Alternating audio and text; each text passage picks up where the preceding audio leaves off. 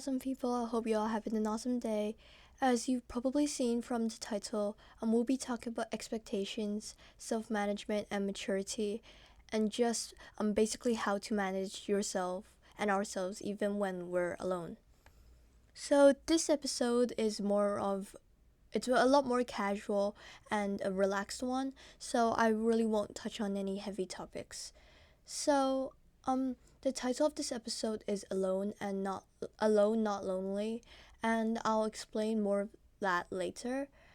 And so basically, this episode's about how it's like growing up as a teen, and because we're all growing up and we're teens, a lot of things are changing. Our physical appearance, our personalities, our friends, and but this episode I'll mainly focus on being more mature and gaining independence.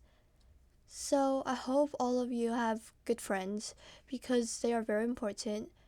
I'm not trying to say friends are not important because they're very important, but I'm going to talk about how you can really do things alone because we all hope that we would have friends at every single moment in our lives, but the chances are at different points of our lives, it's very likely you would sometimes find yourself alone and having to take care of yourself. Or maybe that you have friends, but you don't feel like you can socialize with them, or you just feel really lonely because maybe you don't talk to them that much.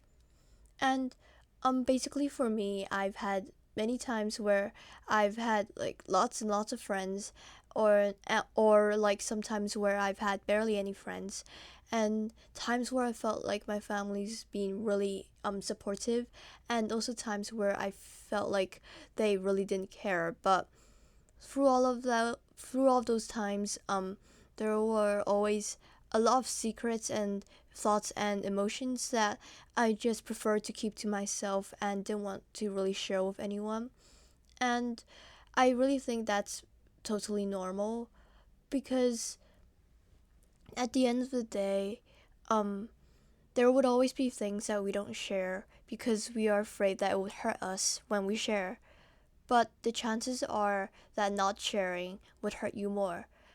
But this is something that we can't understand, and this is something that sometimes we won't ever know what happens if we choose the other option.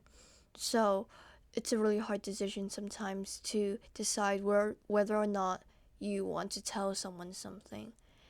And sometimes you're afraid that it'll hurt a lot, and sometimes it would hurt so bad that you'll feel like you can't breathe, or that you're drowning and your life's going crazy. And this really does drive people crazy, and it gets them really anxious and nervous and sad and upset all the time.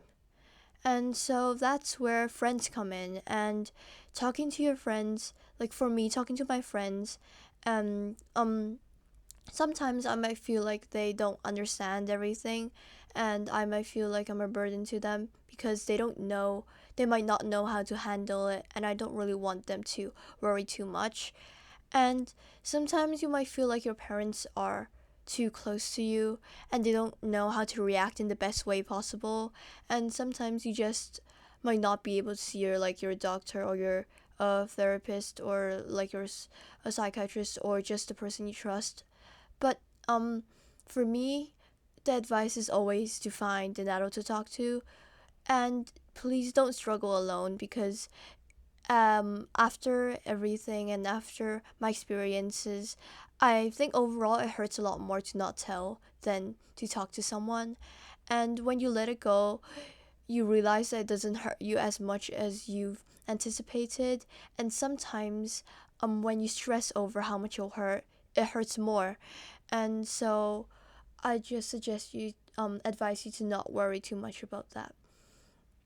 And if your friends do worry about you, and you don't want them to worry as much, that might be a bad thing, but it's also a very positive thing because it means that even if you don't tell your friends, you know that they would they would see the signs, and you know that they would worry about you if you told them about your feelings. And that's a part of being friends. We will all go through darker times and times where we feel like we're really struggling. So really, I'd really suggest you to talk to people. So now, back to being independent. Something about me is I really like to sit alone. I like to talk to myself. I like to eat by myself. And after school, sometimes I go to eat McDonald's myself. And because I don't like to talk while eating, and that's because I really don't like talking to people while I'm eating, and also because I just really like chicken. And so sometimes I go eat KFC. And as you can probably tell, I'm not the most healthy. I'm not very healthy.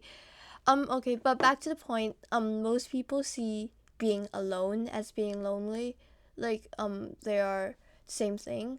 But for people like me, some people might be lonely while eating alone, but I don't feel lonely when eating alone. But if a person does feel lonely when eating alone, I really suggest you to go eat with them. Go join them if it's possible. But be careful with COVID and everything. Go join them. Go get to know them. But today I'm going to talk about independence. So really doing things alone. And I know there will be a lot of people like me in the world who just really likes to do things alone. Um, I, for example, had a choice to host this podcast with a friend. I could have found a lot of friends who would be willing to co-host with me. I could have gotten other co-hosts, and it would have been really easy, very easy. But I didn't. I like to do things alone sometimes, but I can also work in a group, and that really depends. Because for this podcast, I like working alone because I don't want to always have to meet with someone in every week and having to like send files to the person and back because of editing and everything. And I feel like it'd just be a lot more complicated. And I'm just doing this myself, and if it doesn't go well, I'm the only one to blame. So that's good. So I like working myself. And for eating, I just don't like to talk. Not because I think I choke, but because like when I eat, I talk, and when I eat slow, the food gets cold, and when the food gets cold, it doesn't taste good. And it's really that simple. It's not because I don't like you if I don't talk to you and eat with you. It's because when I talk to someone I'm not familiar with, I feel really obligated to talk to them. And it's like I can't leave it awkward. Like I really want to like feel like always talk when we're eating, or they won't hang out with me again. But doing that really decreases my enjoyment of my meal or my lunch or my dinner or whatever. So that's just like two little examples of doing things alone. And really that's the point of being mature, is to be able, a part of it is to be able to figure out when you can do things independently and when you can rely on others. And so those are just a few simple examples, and there are many others that you would possibly face in your life. And so another one is if you're in school, there's always a lot of group projects and working with someone or not working with someone, and working with someone you might not know as well. And sometimes friends would overthink that choice and that decision. So like if you don't work with someone, they think that you don't like them anymore. And so those friends, you should really just talk to them a bit, because sometimes it might not seem like that, but it's very normal for teens my age to get worried over that. um so after thinking a bit, for me, maturity is having the power and knowing how to manage your responsibilities and being able to adapt to other environments and being able to basically form relationships with other people. And also in this context, maturity is also being able to know when to talk to someone and when to reach out for help, because reaching for help is not selfish, it's not attention seeking, and it's not a problem.